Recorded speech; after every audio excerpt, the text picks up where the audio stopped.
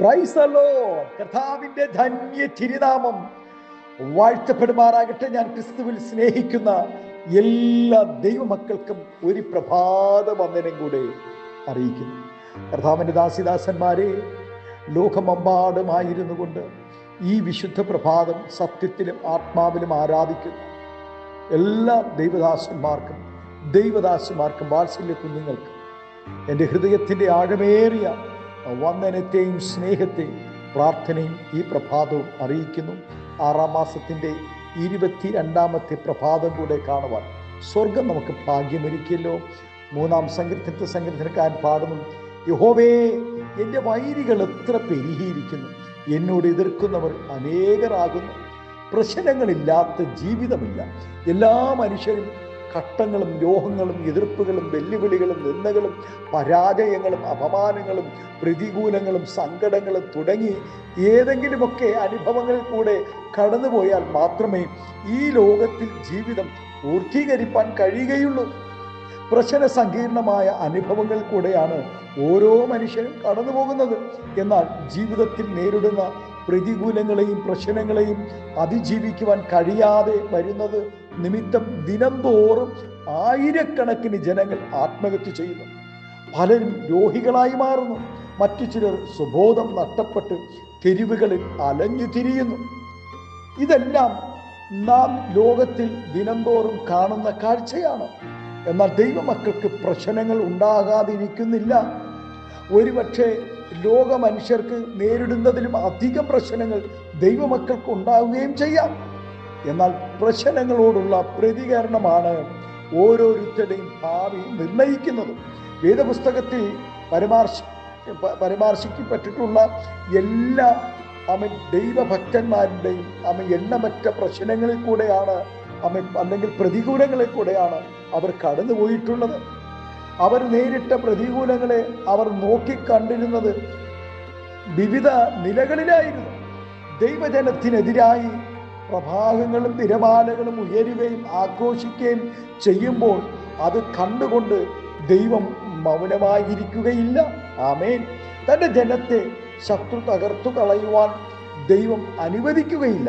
എണ്ണമറ്റ ശത്രുക്കൾ ഭക്തന് വിരോധമായി ഉയർന്നു വന്നാലും അവരുടെ കൈകളിൽ നിന്നും തൻ്റെ മക്കളെ ദൈവം വിടുവിക്കും. കർമ്മേലിലെ വലിയ വിജയത്തിനു ശേഷം ഇസബേൽ ഉയർത്തിയ വധഭീഷണിയുടെ മുമ്പിൽ ഏലിയാവ് പതറിപ്പോയി. താൻ മരുഭൂമിയിൽ ഒരു ദിവസത്തെ വഴി ചെന്ന് ഒരു ചൂരച്ചെടിയുടെ തണലിൽ ഇരുന്നു മരിപ്പാൻ ഇച്ഛിച്ചു. എന്നാൽ തനിക്കെതിരായി വധഭീഷണി മുഴക്കിയവളുടെ ഇറച്ചി പട്ടി തിന്നുകയും ചെയ്തു.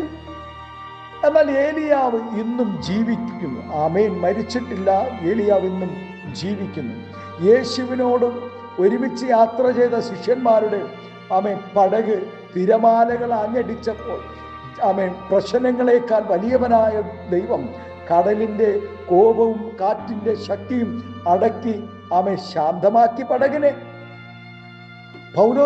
പൗലോസിനെതിരായി ഉയർന്നു വന്ന വൻ തിരമാലകൾ തന്നെ ഒടുക്കിക്കളയുവാനും തൻ്റെ ശുശ്രൂഷകൾ തടയുവാനും ശത്രു ആവോളം ശ്രമിച്ചു. എന്നാൽ പ്രശ്നങ്ങളെക്കാൾ ദൈവം വലിയവനാണെന്ന് തനിക്ക് അനുഭവിച്ചറിയുവാൻ കഴിഞ്ഞു പൗലോസിന്. ആകയാൽ പ്രിയ ദൈവവേദനെ, നിന്റെ ജീവിതത്തിലെ ഏത് പ്രതികൂലമാകുന്ന ഏത് പ്രശ്നങ്ങളും പരിഹരിപ്പാൻ കഴിയുന്ന ഒരു കർത്താവ് നമുക്കുണ്ട്. പ്രശ്നങ്ങളെക്കാൾ വലിയവനായ ദൈവത്തിൽ ഈ പ്രഭാതം നമുക്ക് ശരണപ്പെടാം. നമുക്ക് വിരോധമായി ഉണ്ടാക്കുന്ന യാതൊരു ആയുധവും ഫലിക്കുകയില്ല. ആമേൻ. വചനം പറയുന്നു, ന്യായവിസ്താരത്തിൽ നിനക്ക് വിരോധമായി എഴുന്നേൽക്കുന്ന എല്ലാ നാവിനെയും നീ കുറ്റം വിധിക്കും. ആമേൻ. ഹല്ലേലൂയ. ദൈവവേദനേ, ഈ പ്രഭാതം വിശ്വാസത്തോടെ പ്രത്യാശയോടുകൂടെ ദൈവ സന്നിധിയിൽ നമുക്ക് ശരണപ്പെടാം. നമ്മുടെ പ്രതികൂലങ്ങളെ, നമ്മുടെ നിരാശകളെ, നമ്മുടെ രോഗങ്ങളെ എല്ലാം തീർക്കുന്ന ഒരു സർവശക്തനായ ദൈവം നമ്മോട് കൂടെ ഈ പ്രഭാതമുണ്ട്. ആകയാൽ ഈ പ്രഭാതം ദൈവകരങ്ങൾ നമ്മെ ഏൽപ്പിച്ചു കൊടുക്കാം. ഈ പ്രഭാതം ദൈവം നമ്മെ എല്ലാവരെയും ധാരാളമായി അനുഗ്രഹിക്കുമാറാകട്ടെ. നമ്മുടെ കണ്ണുകളെ ദൈവസന്നിധിക്കാൻ നമുക്കൊരു നിമിഷം പ്രാർത്ഥിക്കാം. സ്വർഗീയ പിതാവേ, നല്ല ദൈവമേ, സ്നേഹവാനായ ഞങ്ങളുടെ നല്ല കർത്താവേ, നിരവധി അനവധി പ്രതികൂലങ്ങളിൽ കൂടെ കടന്നു പോകുന്ന അങ്ങയുടെ ദാസിദാസന്മാരെ ഈ പ്രഭാതം ഓർക്കണമേ.